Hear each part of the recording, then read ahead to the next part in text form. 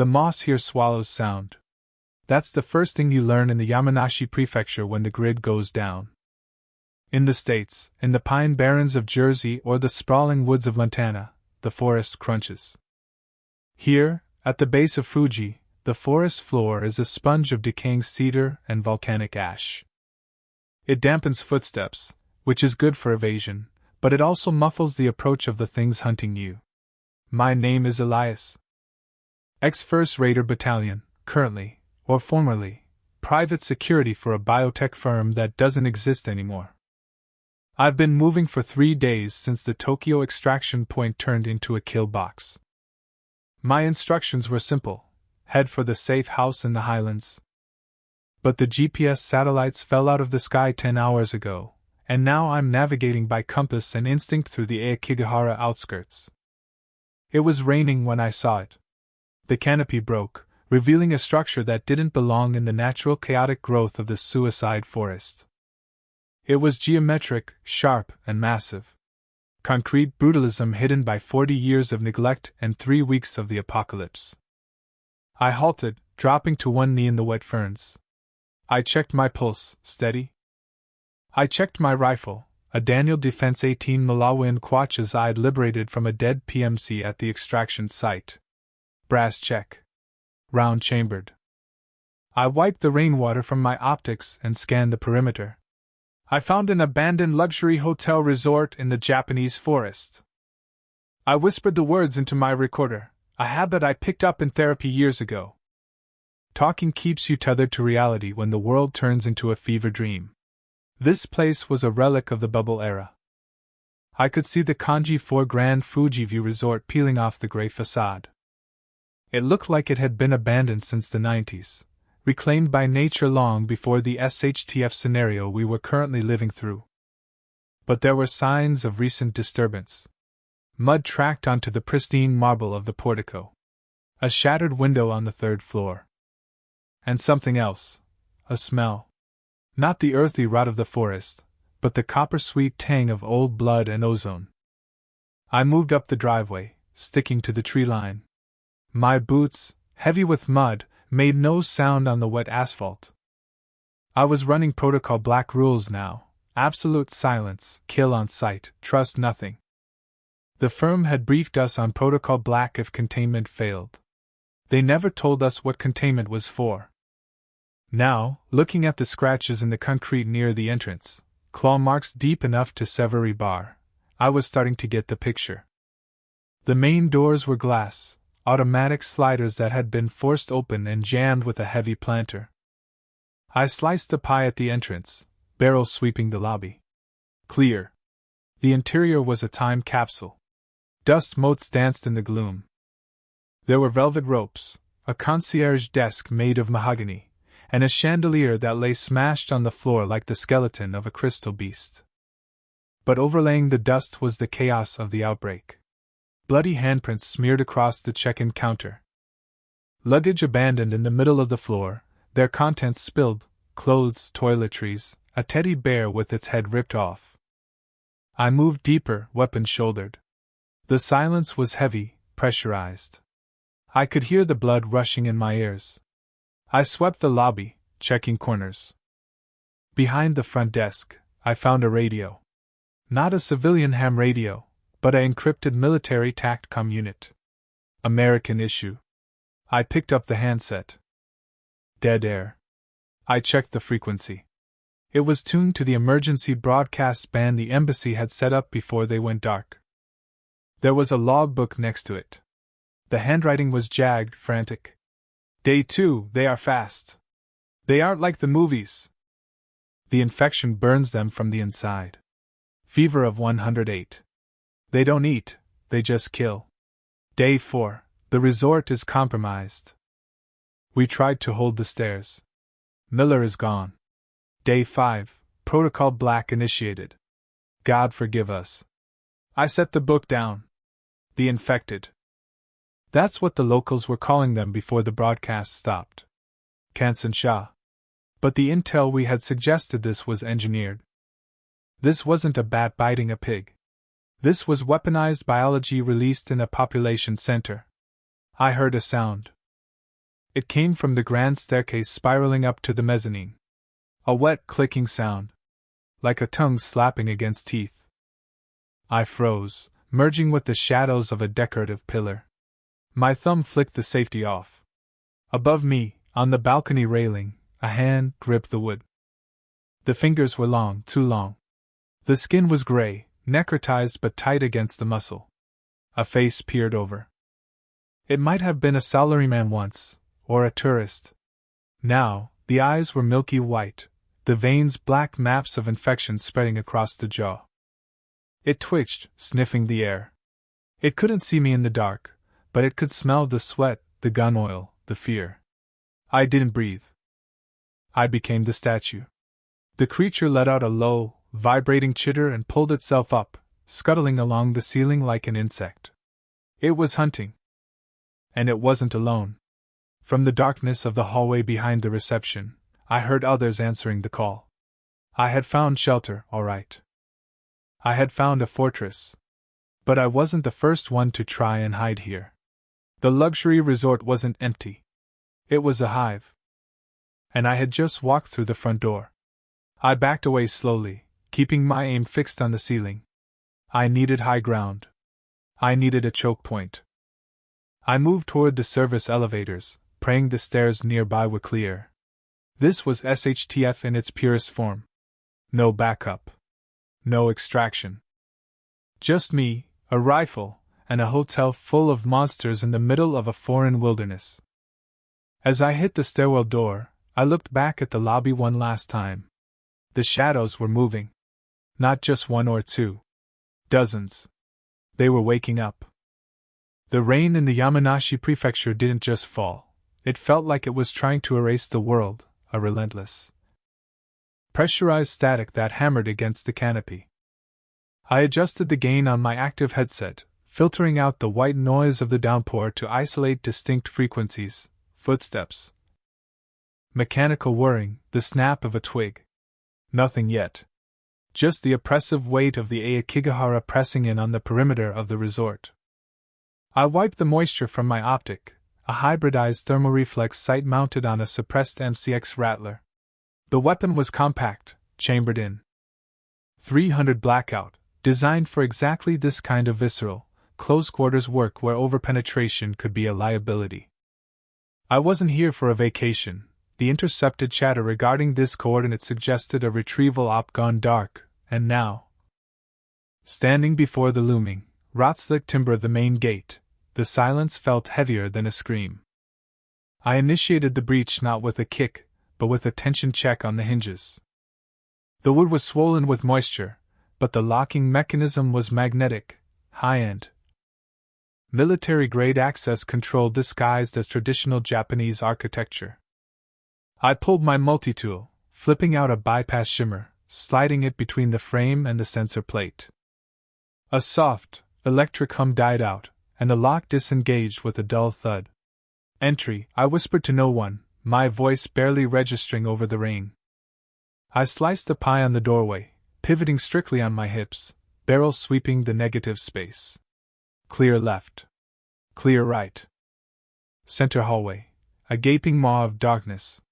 Stepping inside, the atmosphere shifted instantly.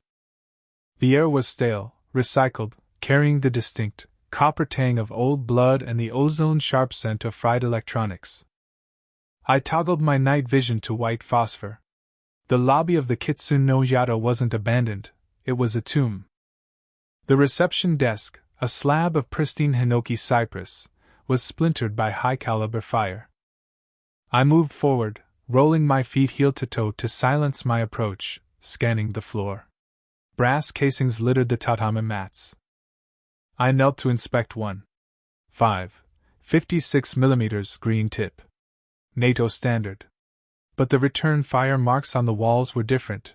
Plasma scorching? No, incendiary rounds, perhaps, or something that burned hot enough to fuse the drywall into glass slag. Whatever happened here, it wasn't a robbery. It was a liquidation. I pushed deeper, past the shattered ikebana arrangements, and into the lounge area. That's when I found the first body. He was slumped against a vending machine, dressed in unmarked gray fatigues, plate carriers stripped of patches.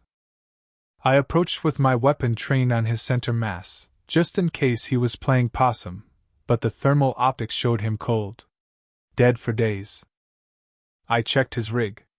High-cut ballistic helmet, panoramic NVGs, encrypted comms. This was Tier 1 gear.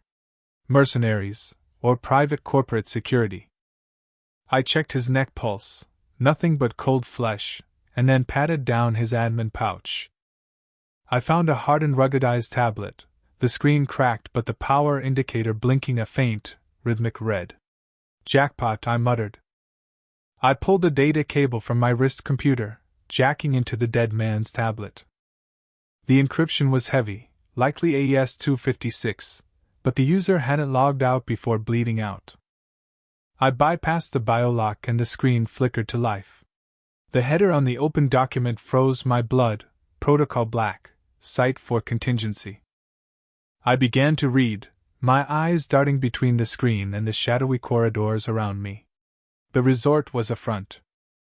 Beneath the luxury onsen and the VIP suites lay a subterranean biolab, commissioned by a conglomerate whose name was redacted in black bars.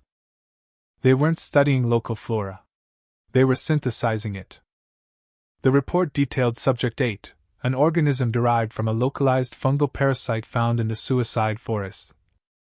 Genetically spliced with synthetic neural tissue. The goal was a bioorganic surveillance system, a hive mind that could merge with the environment. The result, according to the final entry, was total containment failure. Protocol Black wasn't just a lockdown, it was a sterilization order. The team dead in the lobby wasn't the security detail. They were the cleanup crew sent to burn the place down, and they had failed. I scrolled to the bottom. The last command executed was perimeter sentry activation. My headset crackled.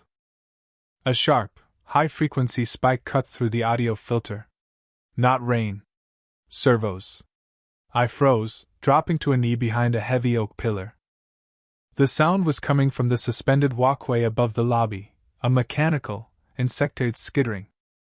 I killed the backlight on the tablet and held my breath, slowing my heart rate to keep my body temperature manageable. Though the thermal suit I wore would dampen my signature, I looked up through the optic. Perched on the railing, 20 feet above, was a quadrupedal drone. It wasn't a standard spot or commercial unit. It was armored in matte black carbon fiber, equipped with a dorsal-mounted turret that swiveled with terrifying fluidity. Its sensor array was a cluster of red lenses, scanning the room in a grid pattern. A hunter-killer unit. Autonomous. Lethal. It had likely tracked the heat signature of the tablet booting up. I was blown. Stealth was degrading by the second. I needed to move, but the lobby was an open kill box. To my right, a service corridor led towards the kitchens and, presumably, the lower levels where the labs were. To my left, the glass walls looking out into the rain-soaked garden. The drone let out a low, chirping sound, a sonar ping mapping the room. It was building a 3D model of the debris, looking for anomalies. Looking for me. I gripped the handguard of the Rattler, my thumb hovering over the fire selector. I had subsonic rounds, but against armor plating, I'd have to hit the sensor cluster or the joint servos. A difficult shot at this angle. I checked my tactical belt. 1 flashbang, 2 frags, 1 smoke. Smoke would blind its optical sensors but not its thermal or sonar. Flashbang might overload its optical input for a few seconds. I unclipped the flashbang, holding the spoon tight. The plan had to be fluid. Distract, displace, breach the lower levels. I wasn't just surviving anymore. I was hunting for the truth of Site 4. And Protocol Black meant the only way out was through the heart of the facility. The drone's head snapped toward my pillar. It knew. The calculus of the situation shifted from evasion to combat in a microsecond. I pulled the pin. The metal lever sprang free.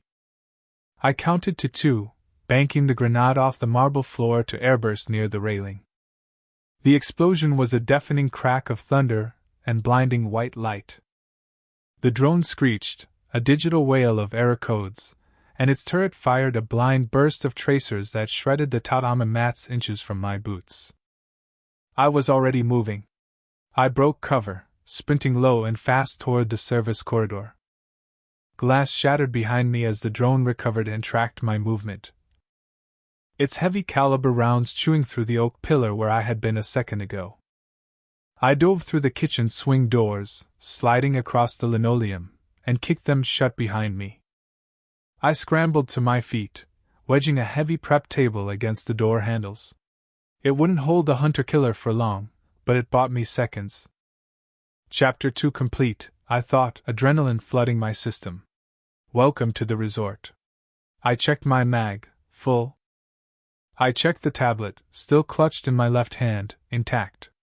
The map on the screen showed a freight elevator in the pantry. That was the way down.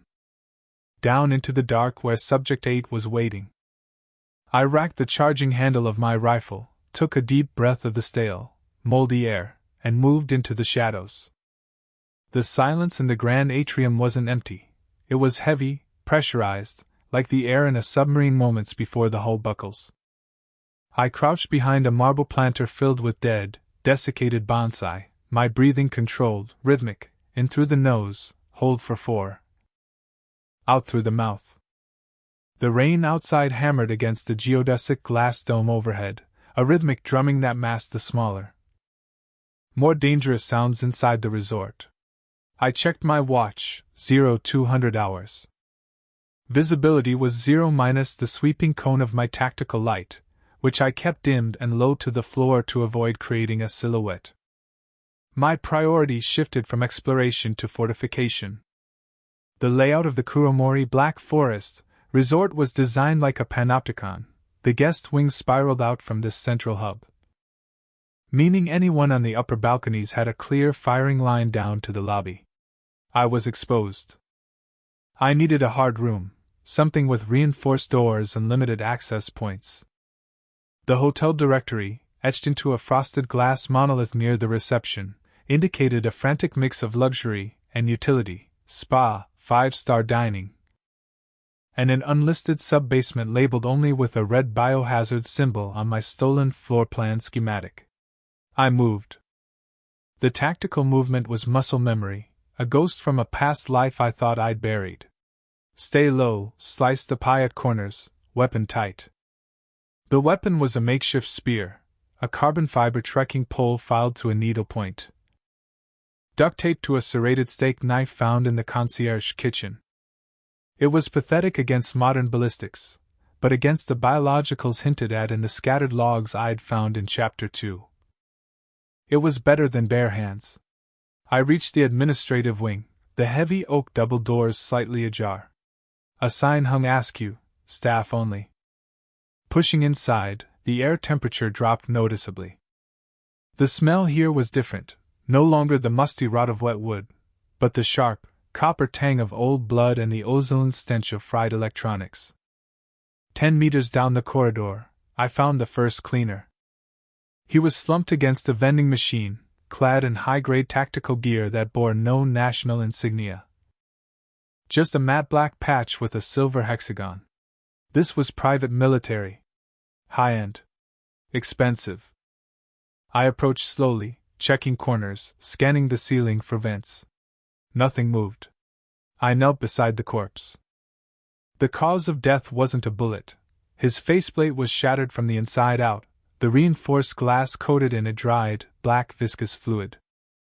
Whatever killed him had breached his suit's environmental seal, or worse, had originated from within his own lungs.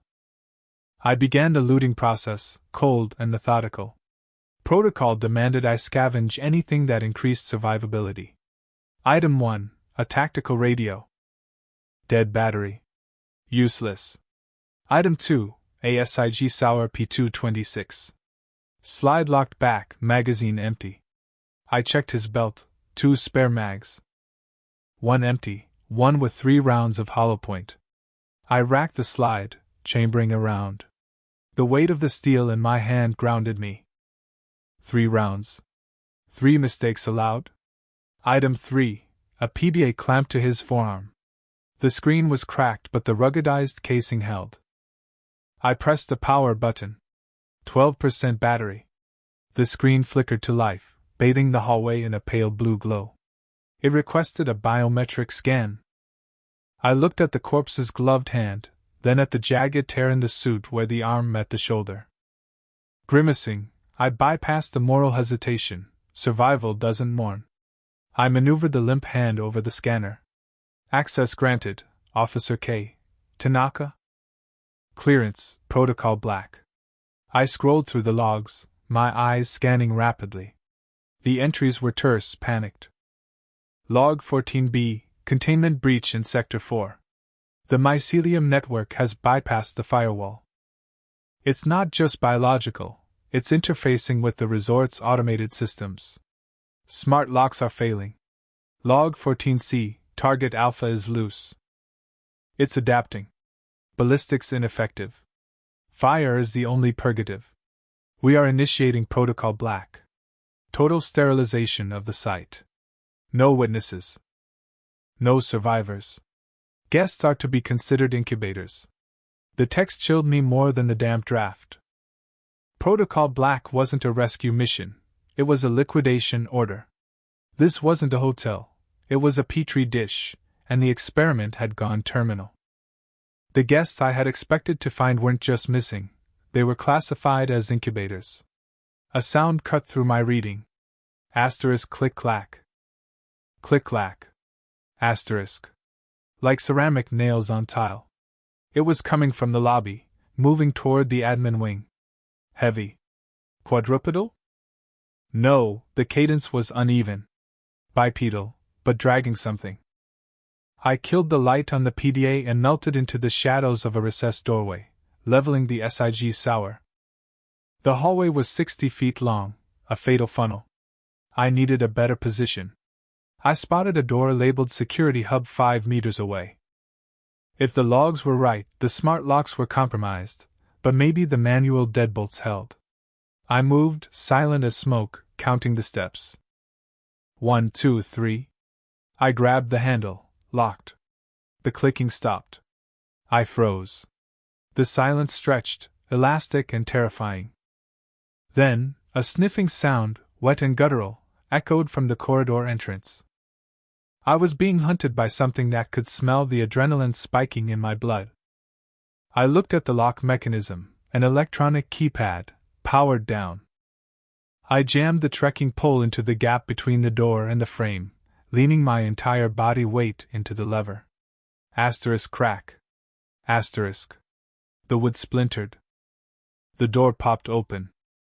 I tumbled inside, spinning on my heel to kick it shut and throwing the manual deadbolt just as a heavy mass slammed into the other side. The door shuddered, dust raining from the frame. A low, vibrating growl resonated through the wood, a sound that vibrated in my teeth. It knew I was here. I backed away, sweeping the room with my light. Monitors lined the wall, mostly static, but 3 were active. They showed camera feeds from around the resort. Feed 1, the kitchen. Overturned tables. A mass of black, pulsating webbing covering the industrial stoves. Feed 2, the pool area. The water was black, opaque. Feed 3, the corridor I had just left. I stared at the screen. Standing outside the door was a nightmare of physiology. It looked human once. A guest, perhaps, wearing tattered remnants of a yukata. But the limbs were elongated, joints snapped and reset backward to allow for crawling speed. The head was split, a blooming flower of bone and dark muscle where a face should be. It didn't have eyes, but it was running its fingers over the door frame, tasting the wood where I had touched it. It wasn't trying to break the door down anymore. It was testing the hinges. It was learning. I scanned the security room. I needed an exit, or a weapon that hit harder than 3 bullets. In the corner, a gun locker stood open, ravished, empty save for a single stun baton and a canister of bare mace. I grabbed them. On the main console, a red light blinked, system purge pending authorization required. If I could trigger the purge, maybe the fire suppression system, halon gas or CO2, would flood the wings. It might kill the creature. It might kill me. The creature outside stopped scratching. On the monitor, I watched it tilt its head, listening. Then, it looked up, directly at the security camera. It raised a hand and pointed, not at the camera, but at the ceiling vent above me. I looked up. The vent grate was missing. I wasn't in a safe room. I was in a larder. The realization hit me the same second the drool dripped onto my shoulder, thick, black, and burning. I rolled forward, scrambling away as a second creature dropped from the ceiling, landing in a silent crouch where I had been standing a second ago. This one was smaller, faster. A runner. Protocol Black, I whispered to the dark room. Sterilize everything. I raised the pistol, the iron sights lining up with the center of the mass. The creature screeched, a sound like tearing metal, and lunged. I didn't fire. Not yet. I needed it closer. I needed to be sure. I engaged the stun baton in my left hand, the electric crackle illuminating the room in strobe light flashes of blue terror. The high-stakes game of survival had just transitioned from hide-and-seek to close-quarters combat. And I was the one trapped in the cage. The hydraulic hiss of the blast door ceiling was the only sound that pierced the deafening alarm klaxons, cutting off the shriek of whatever had been chasing me down the corridor. I spun the locking wheel, my hands trembling not from fear, but from the massive dump of adrenaline flooding my system. The heavy steel groaned, the locking bars slamming home with a finality that vibrated through my forearms. I was safe, temporarily. But I was also trapped in the belly of the beast. The room was a hardened command center, bathed in the strobing crimson of emergency LEDs.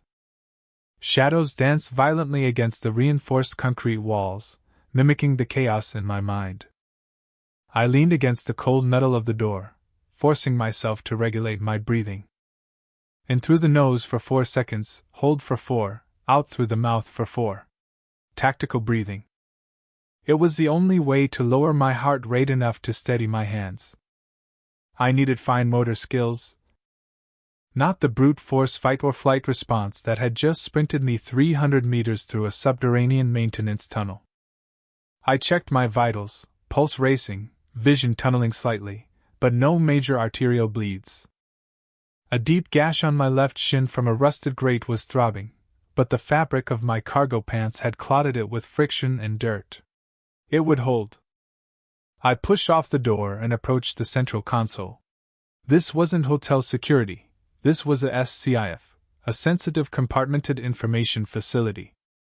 The monitors were flickering, fighting against the power surges, but one screen remained steady, displaying a terminal prompt that chilled the sweat on my neck.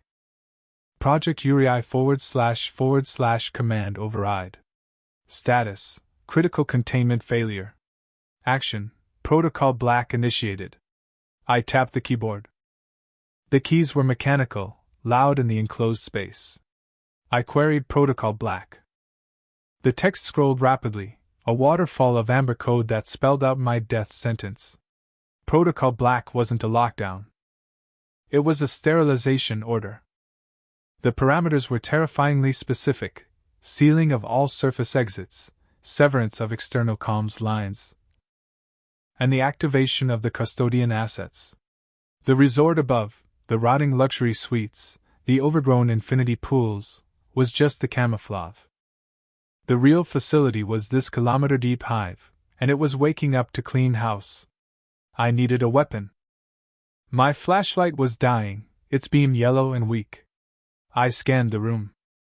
In the corner, slumped against a locker bank, was a skeletal figure clad in body armor that had degraded but held its shape. A remnant of the original security team. I approached cautiously, half expecting the bones to animate, but the dead stayed dead. I knelt, ignoring the smell of stale decay, and inspected the corpse's rig. He was carrying a Heckler & Koch MP7, a compact submachine gun designed for armor penetration. It was covered in dust, but the action was sealed. I racked the charging handle. It moved stiffly, then snapped forward. I dropped the magazine. 6 by 30mm ammunition. 20 rounds left. Not enough for a war, but enough for a chance. I rummaged through the dead man's vest. I found a spare mag, a combat knife with a serrated spine, and a keycard on a retractable lanyard. The ID badge read, *Sato K. Site containment lead star. I took it. On the console desk, I found a laminated tactical map of the sublevels. I unfolded it, tracing the lines with a grime-stained finger. I was in Sector 4. The only way out was the freight elevator in Sector 2, which led to the loading bay behind the resort kitchens. But between here and there lay the cryogenics lab and the drone hive. A heavy thud against the blast door made me jump. Something massive had just impacted the steel from the other side. Then came the sound of metal tearing. Not the creature from the hallway. This sounded mechanical. The custodians. I looked at the monitors. A graining camera feed showed the corridor I had just fled. A quadrupedal machine, sleek and black like an insect made of matte carbon fiber, was welding through the hinges of my sanctuary. Its sensors glowed a pale, icy blue. It wasn't rushing, it was methodical. It was cutting me out of the can. I had 3 minutes, maybe 4. I scrambled to the back of the room, looking for secondary egress. There was a ventilation hatch, bolted shut. I wedged the combat knife into the seam, applying torque until the rusty bolts shrieked and snapped. I kicked the grate inward. A blast of dank, moldy air hit me. It was a maintenance crawlspace, running parallel to the high-voltage conduits. It would be tight, hot, and undoubtedly infested, but it was better than facing the welderbot outside. I slung the MP7 across my chest, cinching the strap tight so it wouldn't bang against the ductwork. I took one last look at the terminal. I needed to know what Project Uriah was before I died.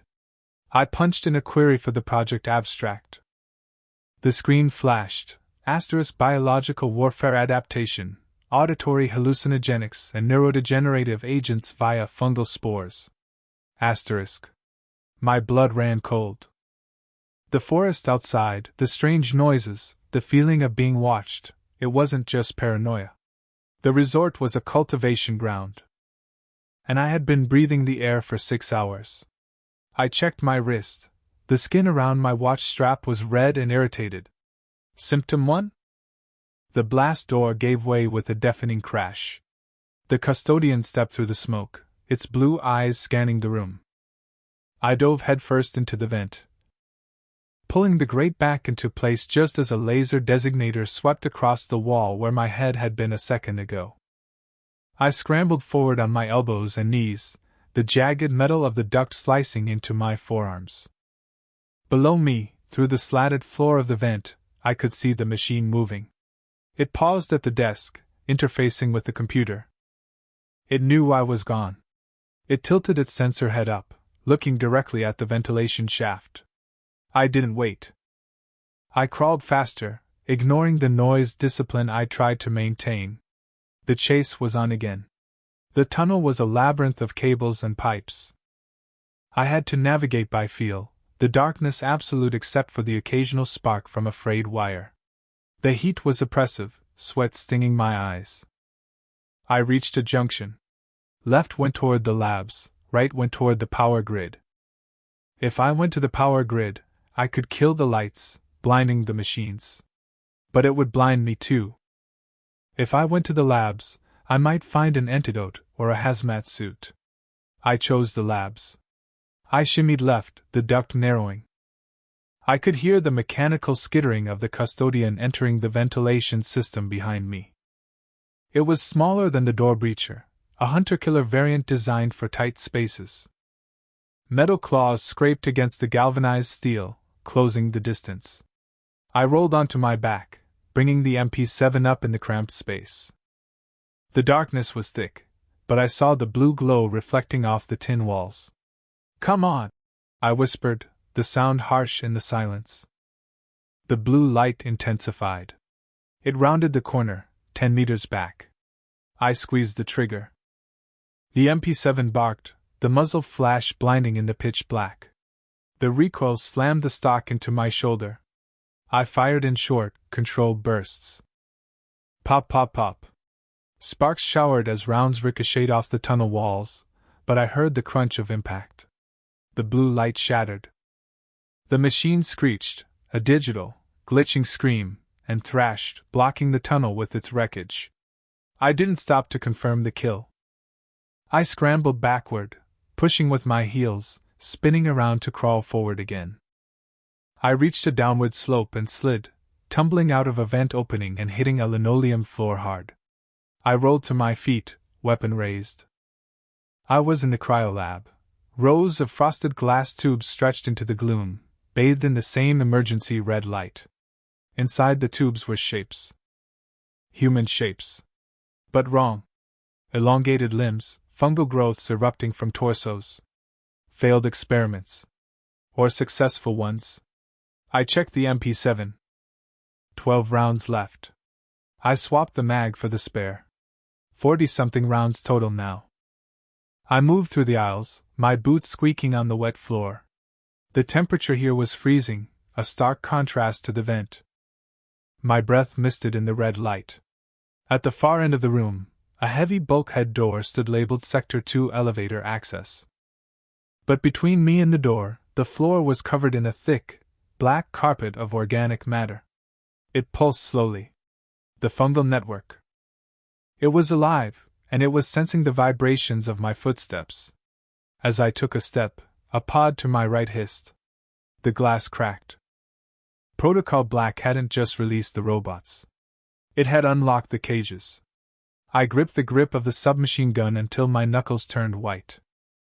The tactical situation had just shifted from evasion to a killbox scenario. I needed to cross 50 meters of hostile terrain without triggering a swarm.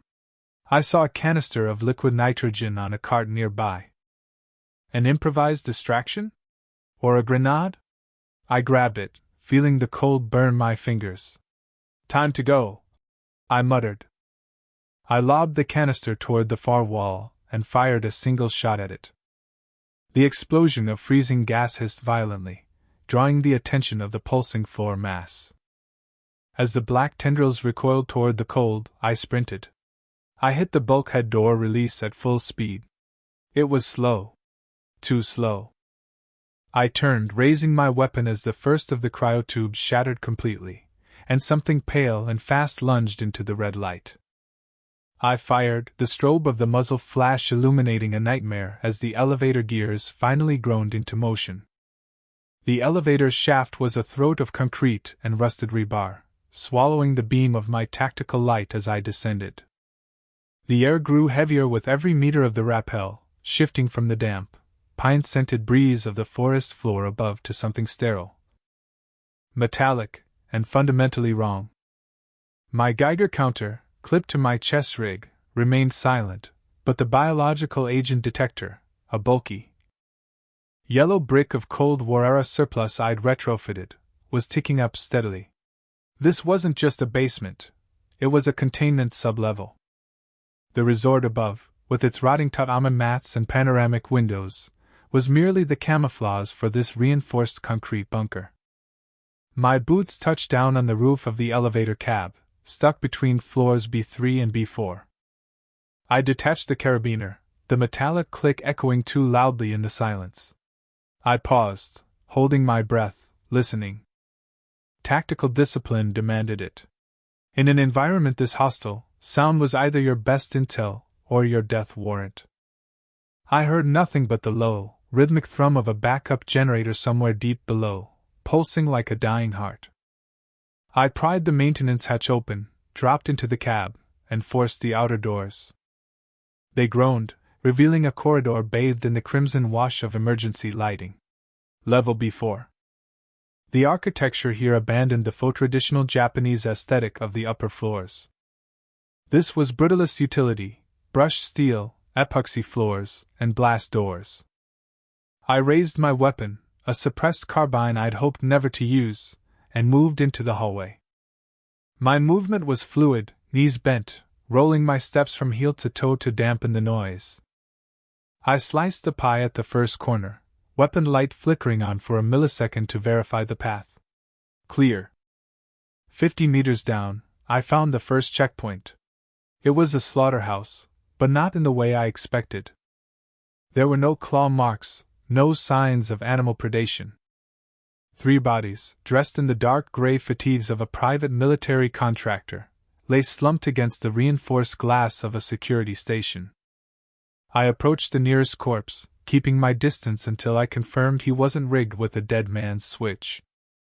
A quick inspection revealed the cause of death, a single gunshot wound to the temple. Self-inflicted.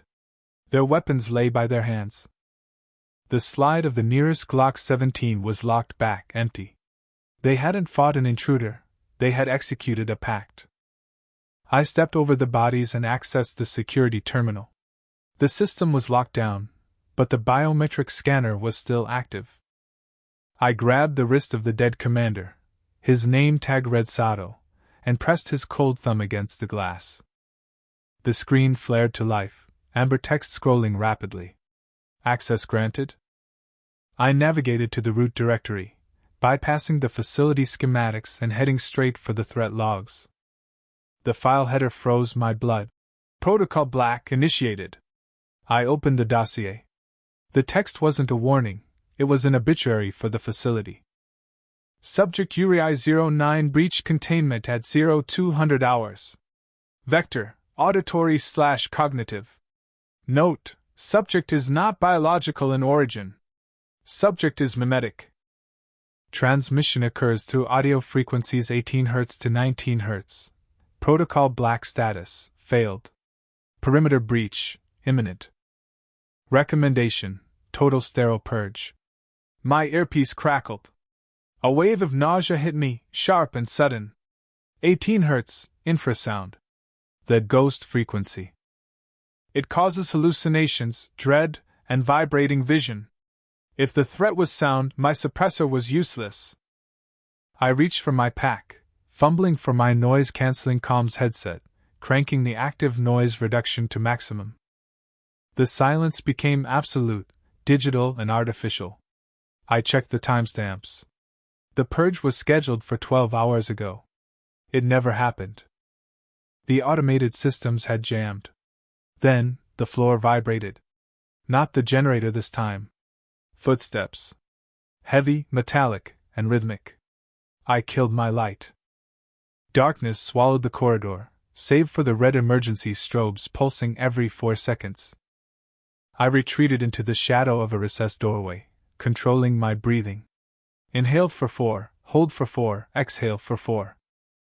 The adrenaline dump was a chemical weapon I had to neutralize before it made my hands shake. I activated my fluid thermal monocular. The corridor lit up in shades of grainy blue and gray. Rounding the corner at the far end of the hall was a quadrupedal drone.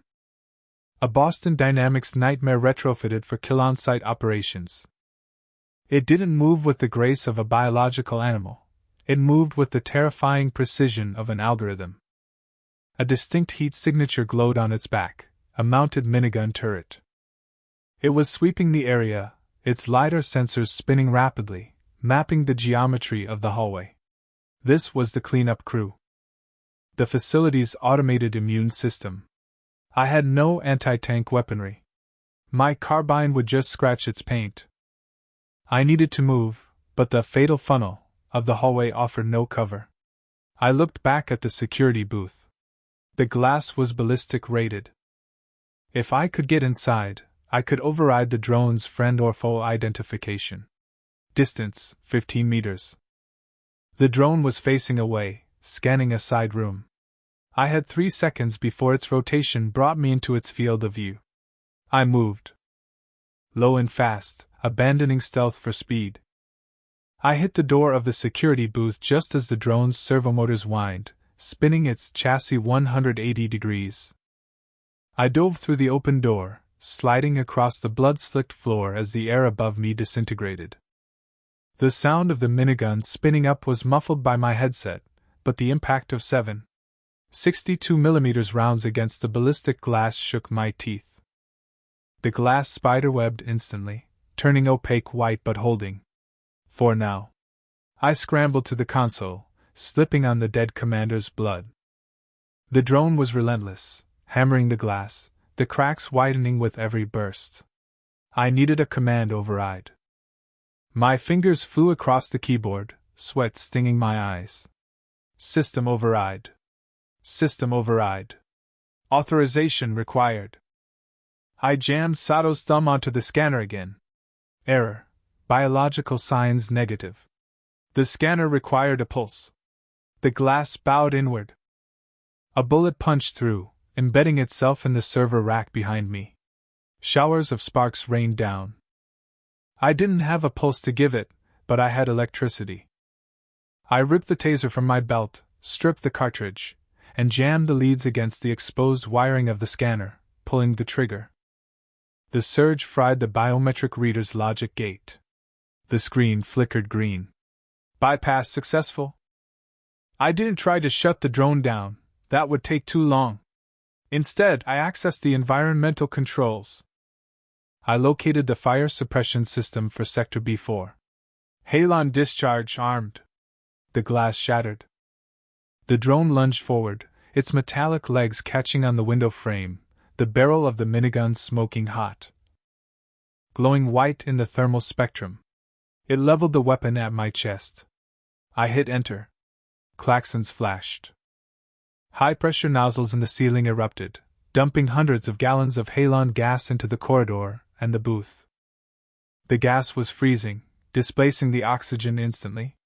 The drone's thermal sensors were blinded by the sudden temperature drop. It fired blindly, rounds shredding the ceiling, debris raining down on me. I held my breath. Halon displaces oxygen. One breath and I'd pass out, and rolled toward the back of the booth. Kicking open the maintenance grate I had spotted earlier. The drone, confused by the sudden loss of visual and thermal lock, began to flail, its legs slipping on the rapid accumulation of condensation. I squeezed into the maintenance shaft, the metal scraping the skin off my shoulders. I pulled the grate shut behind me just as a metallic limb smashed into the wall where my head had been seconds ago. I scrambled deeper into the dark, narrow tunnel, my lungs burning, screaming for air. I crawled until the freezing mist of the halon dissipated, then collapsed against the cold steel of the ductwork, gasping. I checked my gear.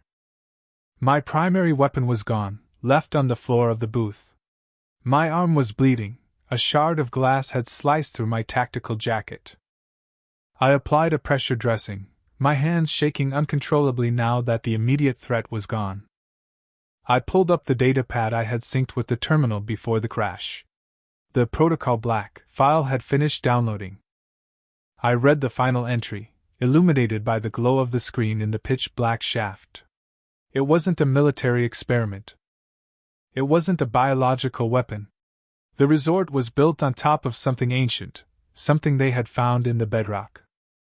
The infrasound wasn't being generated by a machine. It was a recording.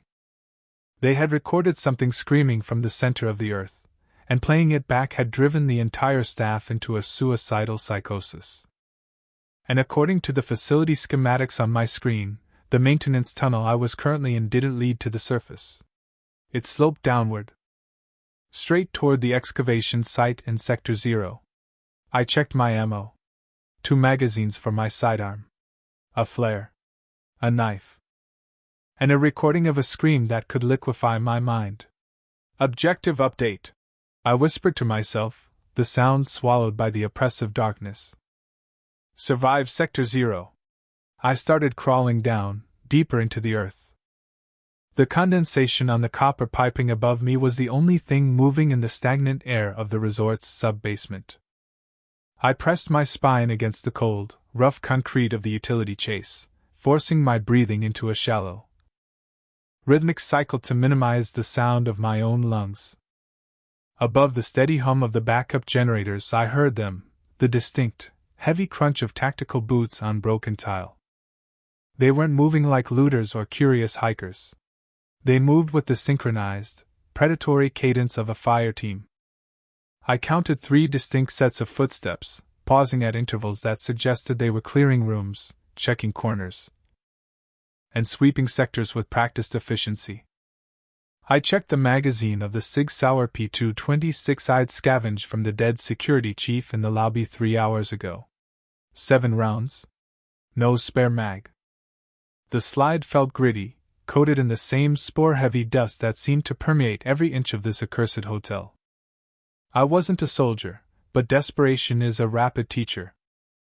I knew that if the beam of their flashlight, likely mounted to a suppressed carbine, cut across this alcove, I was dead. These men were the cleanup crew mentioned in the logbook I'd found in the concierge desk. They weren't here to rescue survivors. They were here to sanitize the site. The radio chatter crackled, low and distorted, filtering down the hallway. Sector 4 clear. Biomass density increasing near the funicular access. No sign of the intruder.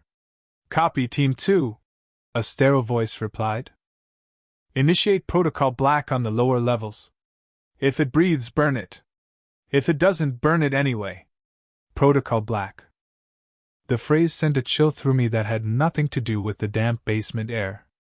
I needed to know what that meant before I tried to exfiltrate. My original plan to escape through the loading dock was now suicide. The enemy was sweeping from the perimeter inward. My only option was to go deeper, into the heart of the facility where the executive suites were located, a euphemism, I now realized, for the operational center of whatever nightmare research had taken place here. I waited for the footsteps to fade toward the boiler room before I moved. I kept low, using the shadows cast by the emergency lighting. The hallway ahead was lined with heavy steel doors, marked with biohazard symbols that had been painted over with innocuous staff-only stencils. The masquerade of a luxury resort was thinning the deeper I went. I reached a junction and spotted a secure terminal station, the glass cracked but the screen flickering with a faint amber cursor. I had the keycard from the security chief. I swiped it. The reader flashed red, then green. Access granted. Level 4 clearance. I needed answers. My fingers flew across the mechanical keyboard, pulling up the root directory. The file structure was chaotic, corrupted by some kind of digital rot, but one folder stood out, Project Yuri, Protocol Black. I opened the file. It wasn't just a contingency plan, it was a scorched earth directive. The text scrolled rapidly. Asterisk. Subject. Containment breach of strain 4 mycelium network. Status critical. Action Protocol Black. Details. Deployment of thermobaric sterilization charges to structural stress points. Total collapse of the atrium and subterranean levels required to bury the hive node. No witnesses. No biological material to leave the exclusion zone. Asterisk. My stomach dropped. They weren't just hunting me. They were rigging the building to blow. The resort, the forest, the evidence, it was all going to be erased in a ball of fire and collapsing steel. I checked the timestamps. The charges were being primed now. Suddenly, the terminal screen reflected movement behind me. A shadow detached itself from the darkness of the corridor. I didn't turn around, I dropped. A suppressed shot snapped the air where my head had been a fraction of a second prior, shattering the monitor. Glass rained down on my tactical jacket as I rolled into the cover of a heavy server rack. Contact front! Server room! A voice barked, professional and devoid of panic. I scrambled on hands and knees, the shards of glass cutting into my palms. I saw the boots of the lead operator rounding the row of servers. He was moving fast, flanked by a second man. I didn't have the angle for a shot, and even if I did, the noise would draw the rest of the squad. I needed a distraction. I spotted a fire suppression canister mounted on the wall, halon gas, intended to starve fires of oxygen without damaging electronics. I leveled the P226, exhaled, and squeezed the trigger. The round struck the valve of the canister. With a deafening hiss, the tank ruptured. A massive cloud of freezing, oxygen-displacing gas exploded into the corridor, creating an instant wall of white fog. The operators shouted, their thermal optics likely whited out by the sudden temperature drop and density of the gas. I used the chaos. I sprinted low, diving through the expanding cloud, holding my breath to avoid the asphyxiant. I collided with the lead operator in the mist. He was a bulk of hard ceramic plates and Kevlar. We went down in a tangle of limbs. He was stronger, trained, but I was terrified. He went for his knife, a serrated blade that gleamed dully in the strobe of the failing emergency lights. I jammed my forearm under his chin, pushing his head back, while my other hand grappled for his weapon. He headbutted me, a starburst of pain exploding behind my eyes, but I didn't let go. I managed to jam the barrel of my pistol into the soft armor gap beneath his armpit, and fired twice. The operator went limp. I shoved his heavy corpse off me, gasping for air as I scrambled out of the halon cloud. I grabbed his radio and his primary weapon, a compact 416 Hong Kong dollars with a suppressor and a complex optic suite. I didn't have time to loot him fully. The other team members were firing blindly into the gas now, the thwip of suppressed rounds chewing up the server racks. I sprinted toward the rear maintenance exit, my heart hammering against my ribs like a trapped bird. I checked the operator's radio. Man down! Sector 4. Target is armed and hostile. Flush him out. The command voice returned. Detonation sequence initiated. T-minus 20 minutes. Seal the exits. 20 minutes. 20 minutes before this luxury tomb collapsed into the earth. I burst through the maintenance doors into a wider, cavernous space, the underground loading bay. But I stopped dead. The bay wasn't empty. In the center of the room, illuminated by floodlights, was the source of the infestation. It wasn't just fungus. It was a pulsating, fleshy mass of black and violet organic matter integrated into the resort's central HVAC system. Thick, vein-like tendrils pulsed along the walls, throbbing with a heartbeat that I could feel in the soles of my feet. The PMCs were right to want to burn this. But between me and the only exit ramp stood 3 more operators, and they were currently rigging C4 charges to the support pillars. They hadn't seen me yet. I tightened my grip on the stolen rifle, thumbing the selector switch to semi-automatic. The investigation was over. The survival phase had truly begun. I had to get past the kill squad and a biological nightmare, all while the clock ticked down to 0. I took a breath, raised the rifle, and stepped into the light. The air in sublevel 4 didn't smell like the damp, pine-scented rot of the forest floor above. It smelled of ozone, pressurized coolant, and the copper tang of old blood scrubbed with industrial bleach. I pressed my back against the cold concrete of a utility alcove, willing my heart rate to drop.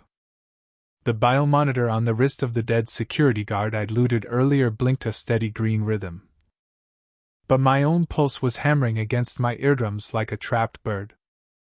I checked the stolen MP7 submachine gun, 20 rounds in the mag, 1 in the chamber. It wasn't enough. Not for what was down here. 5 minutes ago, the overhead PA system had ceased its looping, pleasant chime and replaced it with a single, repeating buzzer, accompanied by a voice that sounded synthetic. Condition read. Protocol Black initiated.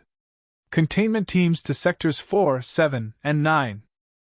I knew what Protocol Black meant now. I'd found the hard copy in the manager's office upstairs before the drone swarm forced me into the elevator shaft. It wasn't a lockdown. It was a purge. They weren't trying to secure the facility, they were trying to erase it. And I was just another piece of incriminating evidence to be incinerated along with the files.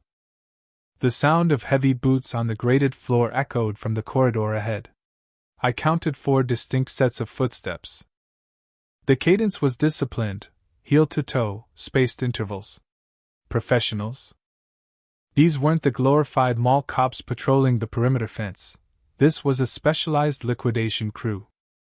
I shifted my grip on the weapon, slick with sweat, and adjusted the oversized night vision monocular I'd scavenged. The corridor turned into a grainy green tunnel. They came around the corner in a stack formation. Their gear was top-tier, matte black tactical armor, thermal masking ponchos, and suppressed carbines with infrared lasers that sliced through the gloom like solid bars of light. If I stayed here, they'd clear the alcove and put two in my chest before I could raise my weapon. I needed a distraction. I needed chaos. I pulled the pin on the smoke grenade I'd taken from the armory locker on B2. It was my last piece of ordnance. I didn't throw it at them. That would trigger their reflex fire. Instead, I rolled it gently down the maintenance chase to my left, counting down the 3-second fuse in my head. 1, 2, 3. The hiss was deafening in the enclosed space, followed instantly by a billowing cloud of white phosphorus smoke that choked the hallway. The thermal optics on their helmets would struggle to see through the heat bloom of the chemical reaction. That was my window. I broke cover, staying low, moving into the smoke rather than away from it. The first operator was shouting orders in Japanese, his voice distorted by a gas mask. I saw his silhouette emerge from the white haze, his weapon sweeping right. I moved left. I engaged him at point-blank range, 2 shots to the thoracic plate to unbalance him, 1 to the throat where the armor ended. He dropped without a sound. I didn't stop to check the kill. The second operator opened fire, blindly spraying the smoke. Bullets sparked against the conduit pipes above my head, raining hot sparks and hydraulic fluid. I dove into a forward roll, coming up behind a heavy server rack that lined the wall. The layout of this basement wasn't just a foundation, it was a data center. The sheer heat radiating from the towers of blinking lights explained the massive cooling ducts overhead. "Suppressing!" a voice shouted. The suppression fire was accurate, chipping away the concrete corner of my cover. They were closing the distance. I was pinned. I looked at the server rack next to me. A terminal keyboard was extended on a tray. The screen displayed a cascading waterfall of code. At the top, a red banner flashed, Protocol Black, 45% complete. Beneath it, a list of files was being systematically overwritten with zeros. I recognized the headers: Project Izanami, Genetic Drift Analysis, Subject 7 Autopsy. Subject 7. The missing hiker from 3 years ago. The reason I was here. They weren't just killing intruders, they were wiping the history of human experimentation. I had a split-second choice: fight for an exit or fight for the truth. If I ran now, I might make the service elevator before they locked it down. But if I left, the proof of what happened to the hikers would vanish forever. I reached into my pack and pulled out the hardened drive I'd brought for the job. My hands were shaking, making it hard to find the USB port on the terminal. Bullets chewed through the server casing inches from my face, sending sparks and plastic shrapnel into my eyes. I flinched but jammed the drive home. The terminal prompted for a password. I cursed. Then I remembered the keycard on the dead man's belt, the operator I'd just dropped. I needed that card. The smoke was clearing. I could see the remaining 3 operators advancing, moving cover to cover. They were slicing the pie, clearing angles. I took a breath, holding it to steady my aim. I leaned out, firing a controlled burst to keep their heads down. They returned fire instantly, the sound of the suppressed rounds snapping like whips past my ears. I scrambled low, belly crawling across the wet floor toward the fallen operator. He was heavy, dead weight in full gear. I fumbled at his vest, my fingers slipping on the blood. There. A plastic smart card on a retractable lanyard. I yanked it free, the mechanism snapping. "Target located, Sector 4 Alpha," one of them yelled. They had a visual. I rolled onto my back and fired blindly toward their voices, scrambling backward toward the terminal. I slapped the card against the reader. The screen flashed green, access granted. Override accepted. I initiated the data dump. The progress bar crawled. 10%. 20%. I didn't have time. I needed to buy seconds. I looked up at the ceiling. The fire suppression system. It wasn't water-based. In a server room, water destroys data. It was halon gas. Oxygen displacement. If I triggered it, it would suck the air out of the room. They had masks. I didn't. But the blast doors. The halon trigger automatically sealed the blast doors to contain the gas. If I triggered it, the heavy steel shutters would drop, cutting the room in half, separating me from them, but trapping me in here with the gas. I looked at the progress bar, 60%. I saw the muzzle flash before I heard the shot. A round took a chunk out of my shoulder, spinning me around. The pain was white-hot, immediate and sickening. I slammed against the console, vision blurring. "Secure the terminal!" they shouted, rushing me. I slammed my fist onto the manual emergency release button on the wall. Klaxon screamed. The heavy steel blast doors in the center of the room groaned and began to descend, slamming down like guillotines. The operators realized what was happening too late. 2 of them tried to rush the gap, but the doors slammed shut, sealing with a thunderous boom. I could hear them pounding on the other side, muffled and angry. Then came the hiss. Vents opened in the ceiling, and the halon gas began to flood the room. It was invisible, odorless, but I could feel the pressure change. My lungs reflexively tried to pull in air, but the oxygen was thinning rapidly. I watched the progress bar. 85%. My vision began to tunnel. Black spots danced in my peripheral sight. My shoulder throbbed in sync with the emergency strobes. I ripped a strip of cloth from my shirt and tied it tight around the wound, biting down on my tongue to keep from passing out. 90%. The room was spinning. I fell to my knees, grasping the edge of the console to stay upright. The air felt thin, useless. My body was screaming for oxygen. This was it. I was going to suffocate in a basement, clutching a hard drive full of ghosts. 98%. My fingers felt numb as I reached for the drive. 100%. I yanked the drive out, jamming it into my pocket. Now the exit. The main doors were sealed. I scanned the room, gasping like a fish on a dock. There, a floor grate. Cable routing. It would be tight, claustrophobic, and it led deeper into the facility's guts, but it bypassed the blast doors. I dragged myself to the grate, my strength failing. I pried it open with the barrel of my empty gun. The space below was dark, filled with thick bundles of fiber optic cables. I dropped into the hole just as my vision went black for a second. The air down here was stale, but there was oxygen. I sucked in greedy, ragged breaths, coughing violently.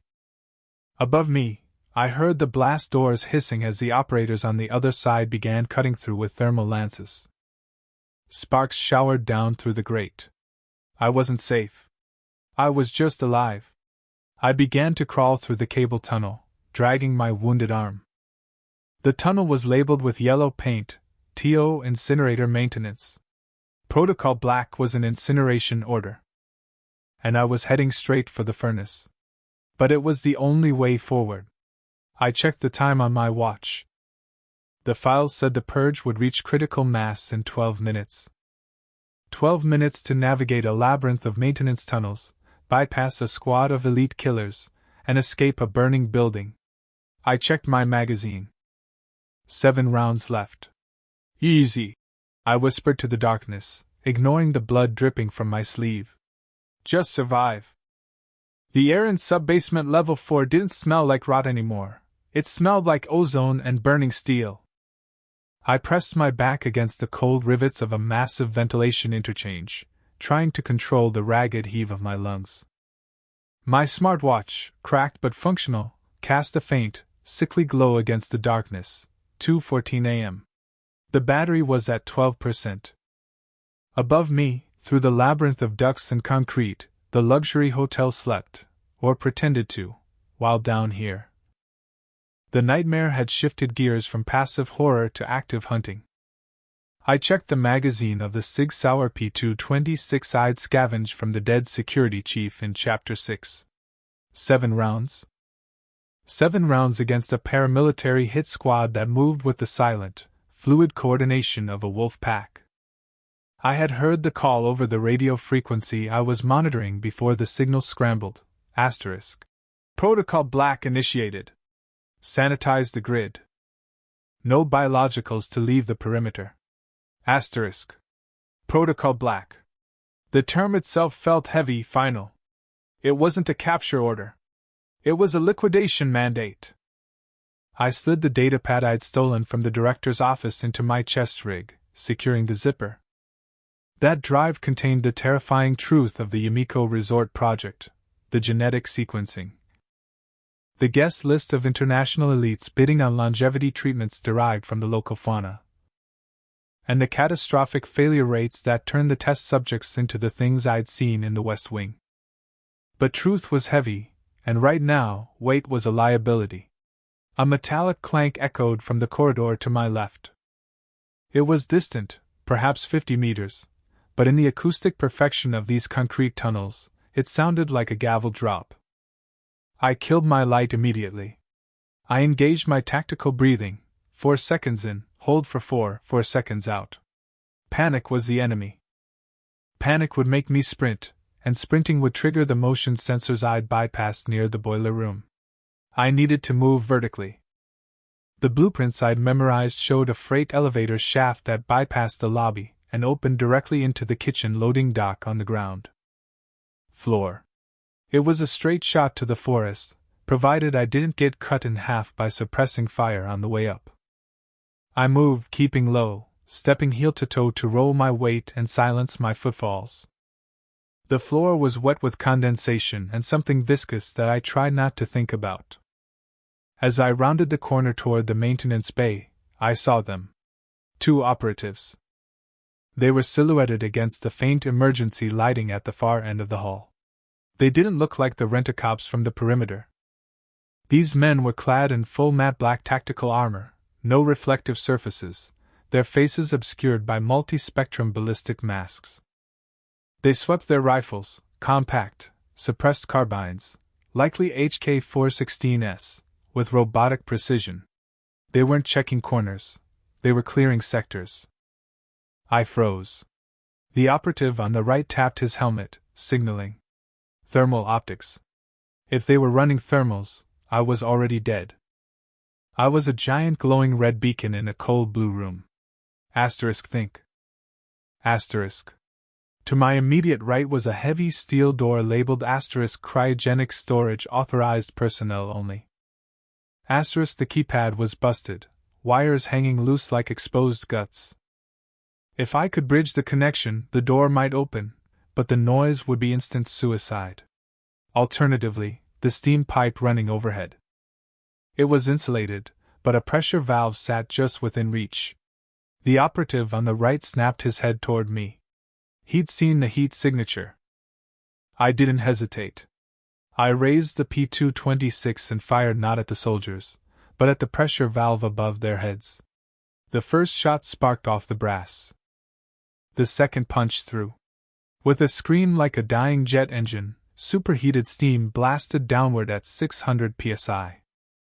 The hallway instantly vanished into a whiteout of boiling fog. The operatives shouted, distorted, digitized cries through their comms, as the thermal shock blinded their sensors and the heat forced them to scramble back. I bolted. I sprinted into the blinding white mist, the heat searing my exposed skin. I trusted my memory of the layout more than my eyes. Asterisk left turn. 10 paces. Jump. Asterisk. I vaulted over a janitorial cart just as a spray of automatic fire chewed up the concrete where I had been standing a second before. The suppressors made the gunshots sound like angry whispers, thwip thwip thwip. But the impact of rounds shattering the cinderblock walls was deafening. I hit the freight elevator doors hard. Locked. Of course. Target in Sector 4. A voice crackled over the PA system, calm and digitized. Contain and sterilize. I jammed my fingers into the gap between the doors, adrenaline giving me hysterical strength. I heaved. The doors groaned, rusted rollers protesting, and gave way just enough for me to squeeze through. I slipped into the shaft just as a laser sight painted a ruby line across the metal, crying open behind me. Bullets sparked against the steel frame, sending hot shrapnel stinging into my neck. I fell. I caught the maintenance ladder 2 meters down, the impact nearly wrenching my shoulder out of its socket. I gritted my teeth, swallowing a scream, and scrambled up. The shaft was pitch black, smelling of grease and old blood. Below me, the doors were being pried open.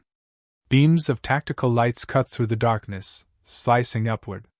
"He's in the shaft!" Flash bang out.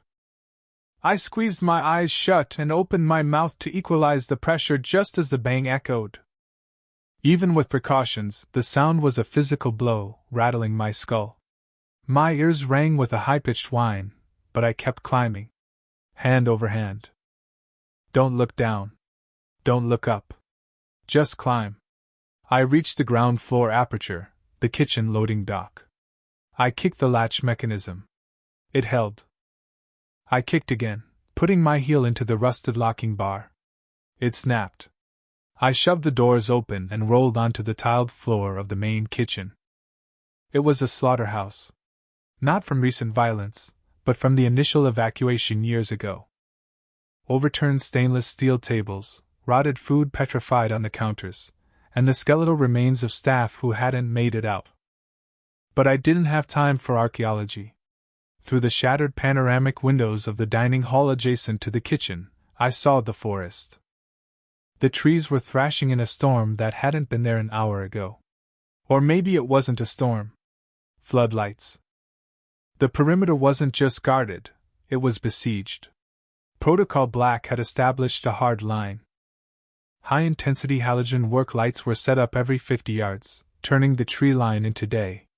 Armored SUVs were idling, forming a blockade. Between the hotel and the forest lay 200 meters of manicured Japanese garden, now a kill box. I army crawled behind a prep station. I needed a distraction. I needed chaos. My eyes landed on the gas main valve on the far wall, specifically the line feeding the massive industrial ovens. Tactical assessment the gas has been sitting in these lines for a decade. Is it still pressurized? Most infrastructure in Japan is built to withstand earthquakes. The shutoffs are automatic. But the residual pressure in a localized system like a resort. I crawled to the valve. It was caked in grime. I used the butt of the gun to hammer the wheel loose. It turned with a hiss. The smell of rotten eggs, mercaptan, filled the air almost instantly. It was active. The resort's subterranean geothermal power plant must have kept the auxiliary systems primed. I opened every burner on the 6-range stove. I opened the oven doors. The kitchen began to fill with explosive potential. I needed a timer. I looked around desperately and spotted a microwave on a high shelf. I grabbed a metal fork from the floor, shoved it inside, set the timer for 2 minutes, and hit start. It hummed to life, a miraculous survivor of the abandonment. I ran. I burst from the kitchen into the grand lobby, sprinting for the side exit that led to the staff quarters, the opposite direction of the kitchen. I needed to be far away when that room turned into a bomb. I was halfway across the lobby, boots skidding on the marble, when the glass front doors imploded. A team of 4 Protocol Black operatives rappelled from the mezzanine balcony, shattering the silence with controlled bursts of fire.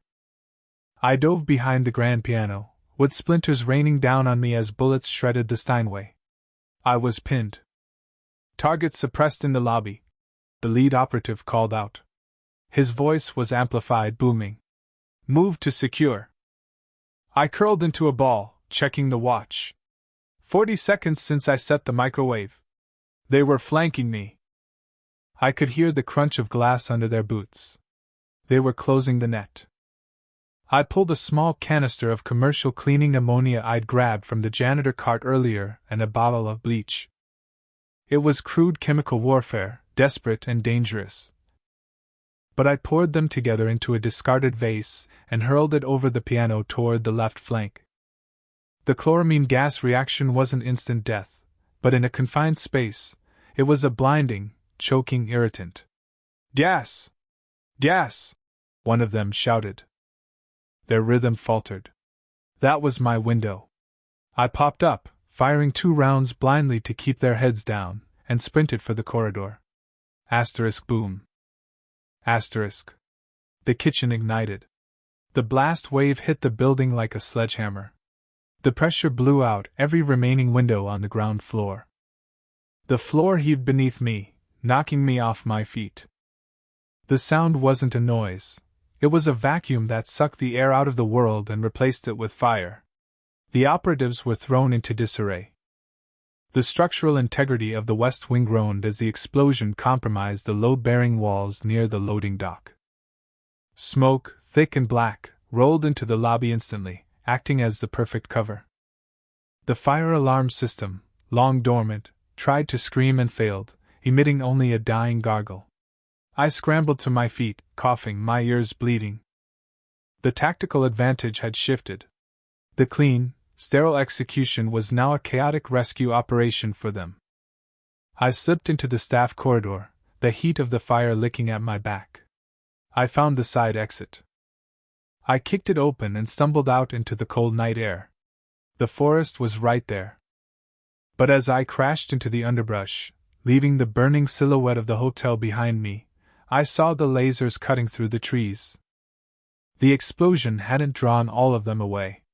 A drone, silent and insect-like, hovered 10 feet above me. A red light blinked on its underbelly. I froze. It didn't fire. It spoke. Asterisk. Subject identified. Biological anomaly detected in bloodstream. Protocol Black authorizes live capture for vivisection. Do not resist. Asterisk. I looked at my arm. The cut I'd received in the labs, the one I thought was just a scratch from a broken beaker, was glowing with a faint, bioluminescent vein structure. The virus. I wasn't just a witness anymore. I was a carrier. I raised the gun at the drone. Click. Empty. I dropped the mag, turned, and ran into the deep dark of the Japanese cedar, knowing that the hunter had just become the harvest. The air in the sub-basement was recycled, devoid of humidity but heavy with the metallic tang of ozone and old blood. I pressed my back against the cold brushed steel of a server rack, my breathing shallow, regulated by sheer will. Above me, on the B3 level, the heavy thud of combat boots had ceased, replaced by the precise, rhythmic sweeping of a professional clearance team. They weren't private security, they were cleaners. I checked the magazine of the Glock 17 I'd scavenged from the dead security chief in the atrium. 7 rounds left. Not enough for a firefight, only enough for a distraction. I was in the nerve center of the resort, a location that didn't exist on the blueprints I'd found in the lobby. This was the architectural tumor hidden beneath the luxury suites, the place where the Protocol Black directive had originated.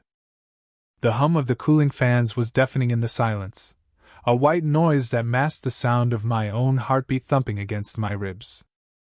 I pulled the encrypted hard drive from my jacket pocket and jammed it into the main terminal. The screen flickered to life, bathing the dark room in a harsh, amber glow. I winced, adjusting the brightness down immediately, but the damage was done. If they were monitoring power spikes, they knew I was here. The terminal queried for administrative override. I typed in the code I'd deciphered from the journal found in the manager's safe, Izanami 00. The system unlocked. Folders began to cascade across the screen, years of data scrolling by in microseconds. I initiated the copy sequence. The progress bar crawled, 1%. 2%.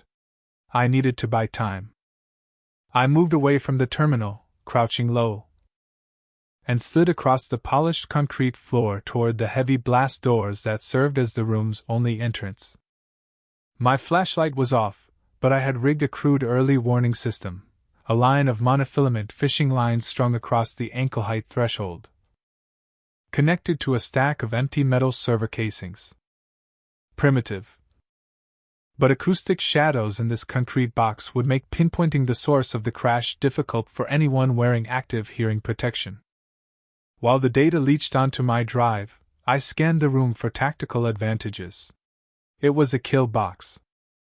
One way in, no windows, limited cover provided by the rows of server towers. I spotted a fire suppression panel on the far wall. Halon gas. If I triggered it, the oxygen would be sucked out of the room in seconds. Effective against fire, lethal to humans without respirators. The team hunting me definitely had gas masks. I did not. That was a last resort, a suicide switch. Suddenly, the radio I'd lifted from the dead guard crackled. It was encrypted, but the proximity to the unshielded servers was causing interference, bleeding the signal through the static. Team leader to Vulture 1. Sector 4 clear. Breach initiated on Sector 5. We have a thermal signature in the server farm. Isolate and sanitize. Protocol Black is in effect. No witnesses. Sanitize. The word hung in the air. I scrambled back to the terminal. 45%. I opened one of the text files labeled Executive Summary. Protocol Black. The text confirmed my worst fears, turning the nausea in my stomach into a cold knot of dread. The resort wasn't just a money laundering front for the Yakuza. It was a stress testing facility for a biological cognitive enhancer developed by a rogue pharmaceutical Zaibatsu. The luxury aspect was the variable control. They pumped the compound through the HVAC systems of the VIP suites. The goal was to heighten reflexes and aggression for military application. The result, however, was cascading neural degradation, paranoia, hallucination, and eventually, primal regression. The ghosts people saw in the forest weren't spirits. They were the former guests, mutated and feral, surviving in the subterranean tunnels. Protocol Black wasn't an evacuation plan. It was an incineration order. They were going to burn the mountain down to bury the evidence. Clack. The sound was distinct. The magnetic lock on the blast doors disengaged. They were here. I grabbed the drive, 78%. Close enough. I ripped it from the port, corrupting the remaining files to cover my tracks, and rolled behind the last row of servers just as the doors hissed open. Two beams of blinding white light cut through the gloom, mounted on suppressed 416 Hong Kong dollars carbines. The operators moved with fluid, predatory grace, checking corners. They were wearing full-face respirators and matte black body armor with no insignias. The cleaners. Clear left, a distorted voice said. Clear right. Thermal fading. Target is hiding. Flush him. A canister skittered across the floor, stopping 5 feet from my position. Flash bang. I squeezed my eyes shut and clamped my hands over my ears, opening my mouth to equalize the pressure. Bang. Even with the precautions, the concussion rattled my teeth and the flash turned my vision into a wall of red static. I didn't wait for my senses to return. I operated on instinct. I rolled out from cover, firing 3 rounds blindly toward the ceiling lights, shattering them. The room plunged into darkness, save for the blinking LEDs of the servers. Chaos erupted. The cleaners switched to night vision, but the sudden darkness bought me a split second. I sprinted not for the door, but for the halon panel. Bullets sparked against the server rack inches from my head, showering me in sparks and plastic shards. Contact front! Suppress! I slammed my fist into the emergency break glass of the suppression system and yanked the lever. A klaxon blared, and a hiss like a jet engine erupted as the halon gas flooded the chamber. The wind was knocked out of the room instantly. The sudden pressure drop made my ears pop violently. I held my breath, my lungs burning immediately as the oxygen was displaced. The cleaners faltered. Even with masks, the turbulence and visibility drop from the venting gas disoriented them. I stayed low, below the rising fog of the gas, and scrambled toward the door. A laser sight swept over my shoulder. I fired 2 rounds center mass at the shadow looming in the doorway. The bullets struck the ceramic plate of his armor, knocking him back but not killing him. It was enough to clear the threshold. I burst into a hallway, gasping for air that tasted of dust and mold, sweet, oxygenated air. I didn't look back. I sprinted toward the freight elevator, my boots slamming against the metal grating. Behind me, the heavy blast doors began to seal automatically as part of the fire protocol, locking the hit squad inside the suffocating room. It wouldn't hold them forever, they had breach charges, but it gave me a head start. As I reached the elevator, the ground beneath me shook. A deep, guttural boom echoed from the foundations of the resort. I checked the stolen radio again. Charges set on support pillars A and B. Detonation in T-10 minutes. All units, evac to the helipad. Burn it down. I slammed the button for the ground floor. Nothing happened. The power had been cut to the lifts. Damn it! I screamed, my voice cracking. I looked at the stairwell door. 10 floors up. A tactical team collapsing toward the roof. The facility rigged to blow. And in my pocket, the drive containing the faces of the men who authorized the murder of hundreds. I ran for the stairs. The stairwell was narrow, lit only by emergency red strobes that pulsed like a dying heart. I took the steps 3 at a time, my quads burning, the adrenaline the only thing keeping me upright. On the B2 landing, I froze. Looking down through the gap in the railing, I saw them. Not the cleaners. The others. The failed subjects. Protocol Black had driven them up from the tunnels, fleeing the explosives. They were swarming up the stairs below me, a mass of pale, emaciated limbs and reflective eyes. Above me, the death squad. Below me, the monsters they created. I checked my weapon. 2 rounds. I looked at the heavy fire door leading to the B2 maintenance catwalks. It was a maze of steam pipes and high-voltage cables that ran the length of the resort. Eventually dumping out near the waterfall on the cliffs, a suicidal jump, but a chance. I kicked the door open and engaged the deadbolt behind me just as the first feral hand slapped against the wired glass window. I turned to face the steam tunnels. The heat was oppressive. Protocol Black, I whispered to the darkness. Let's see if you can burn me before I burn you. I began to run across the catwalk, the timer in my head ticking down. 9 minutes. The air in the subterranean B4 sector tasted of copper and ozone, a metallic tang that coated the back of my throat. My breathing was a ragged staccato, amplified by the claustrophobic silence of the server farm. I checked the suppressed MP7 I'd liberated from the Vanguard team's point man. 12 rounds remaining in the magazine, 1 in the chamber. 13 chances. Beside me, the terminal's cooling fans screamed as the system attempted to decrypt the final payload. The screen bathed my bloodied hands in a harsh crimson glow, the progress bar crawling agonizingly toward completion, 88%. I wasn't just in a hotel basement. The resort was a structural parasite, a luxury facade built atop a Cold War-era containment facility. The files I'd skimmed in the director's office confirmed the worst rumors.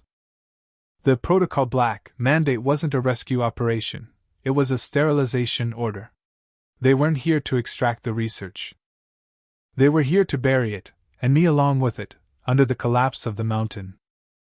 On the grainy monochrome of the security monitor, I watched the sweep team breach the blast doors of the B3 corridor. 6 operators. No insignias. Their movement was fluid, synchronized, a predatory dance of tactical perfection. They wore Tier 1 ballistics and quad-lens panoramic night vision goggles. They didn't check corners, they flowed into them. They were hunting by thermal, and in this refrigerated server room, my body heat was a beacon. I had to blind them.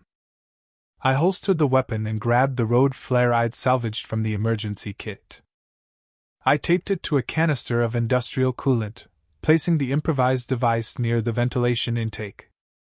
It was crude, desperate, and my only option. 94%. Come on, I hissed, the sweat stinging my eyes. The sound of boots on the metal grating echoed down the corridor, heavy, rhythmic, inevitable. They were at the threshold. I could hear the distinct metallic click of a safety disengaging. 98%. I ripped the drive from the port the second the prompt flashed upload complete. Simultaneously, the blast door hissed open. A laser grid scanned the room, sweeping over the server racks. I struck the flare. The magnesium ignited with a blinding white intensity, instantly rupturing the coolant canister. A massive cloud of supercooled vapor exploded outward, driven by the intense heat of the flare. The thermal bloom would be blinding on their optics, a wall of white noise washing out their sensors. I rolled from cover, the MP7 raised. The lead operator shouted something unintelligible, his hands flying to his faceplate as the thermal overload dazzled him. I fired. 2 rounds to the center mass, 1 to the pelvic girdle, the only gaps in the heavy ceramic plating. He crumbled. I didn't wait to confirm the kill. I sprinted into the steam, using the chaos as a shroud. Bullets snapped the air around me, supersonic cracks that shattered the glass of the server racks.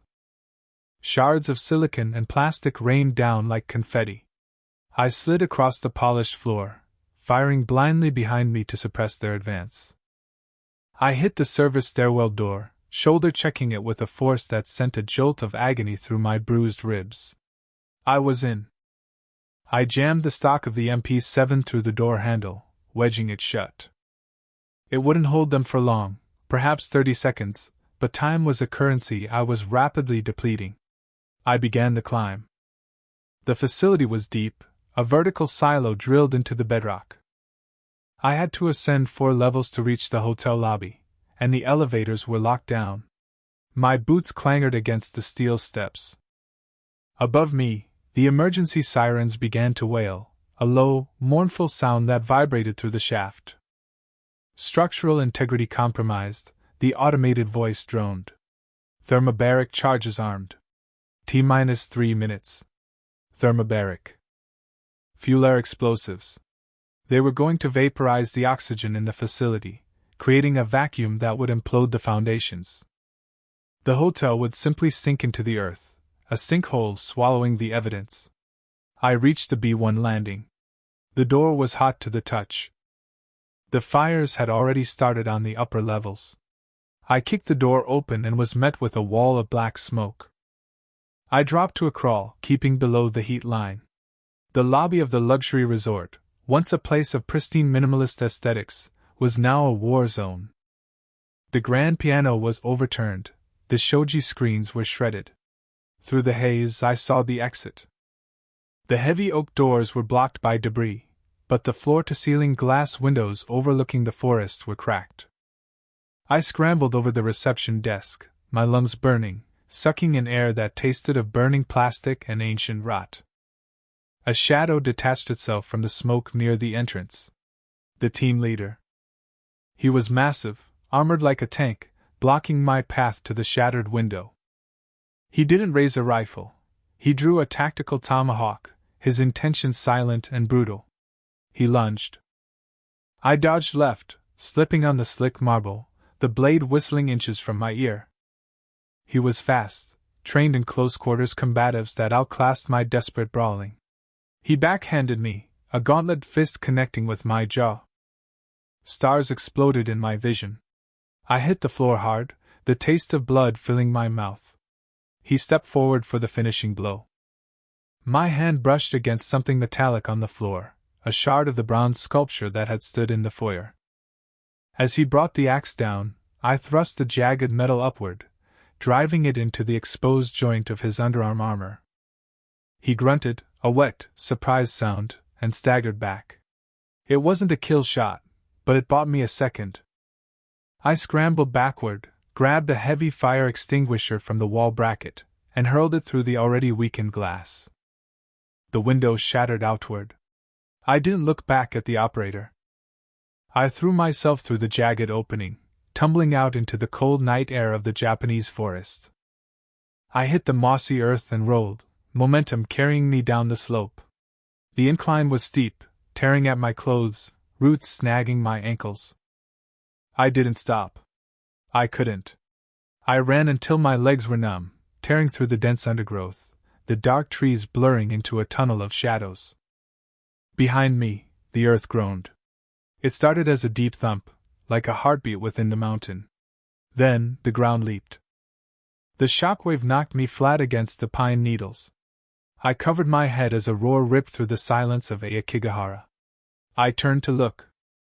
The ridge where the hotel stood was gone. In its place, a pillar of fire reached for the sky, illuminating the forest in a stark, terrifying orange light. The luxury resort, the labs, the containment cells, the protocol black team, all of it was being consumed by the vacuum of the implosion. The heat washed over me, momentary and intense, before the night air rushed back in to fill the void. Debris rained down on the canopy, chunks of concrete, twisted steel, and burning embers drifting like fireflies. I lay there for a long time, watching the fires burn. My hand went to my pocket, fingers closing around the cold metal of the data drive. I had the roster. I had the genetic sequences. I had the funding logs linking the resort to the conglomerate. Slowly, painfully, I pushed myself up. My body was a map of bruises and lacerations, but I was alive. The forest was silent again, the wildlife stunned into stillness. The moon broke through the smoke, casting a pale light on the path ahead. The extraction point was 5 miles east, past the suicide cliffs. I checked my watch. 0400 hours. The sun would rise soon over the sea of trees. I turned my back on the burning crater and began to walk. The nightmare of the hotel was over, but the war to expose what lay beneath it had just begun. Protocol Black had failed. I was the variable they hadn't accounted for. And I was bringing the truth into the light.